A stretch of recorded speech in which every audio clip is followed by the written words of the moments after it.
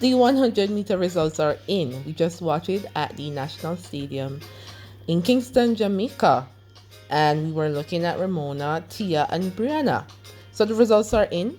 We have Remona taking first place in 11.17, and she has her season's best. We have Tia Clayton getting second place in 11.23. Briana taking third place in 11.30.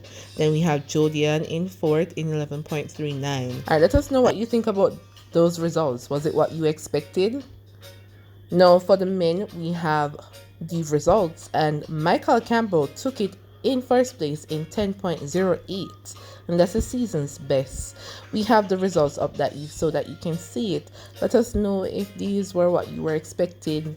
With the weather, it's, some of them didn't show up, but those who could did their best. Now we have to jump off now. We have the 200 meters coming up, and we're looking forward to sharing those results.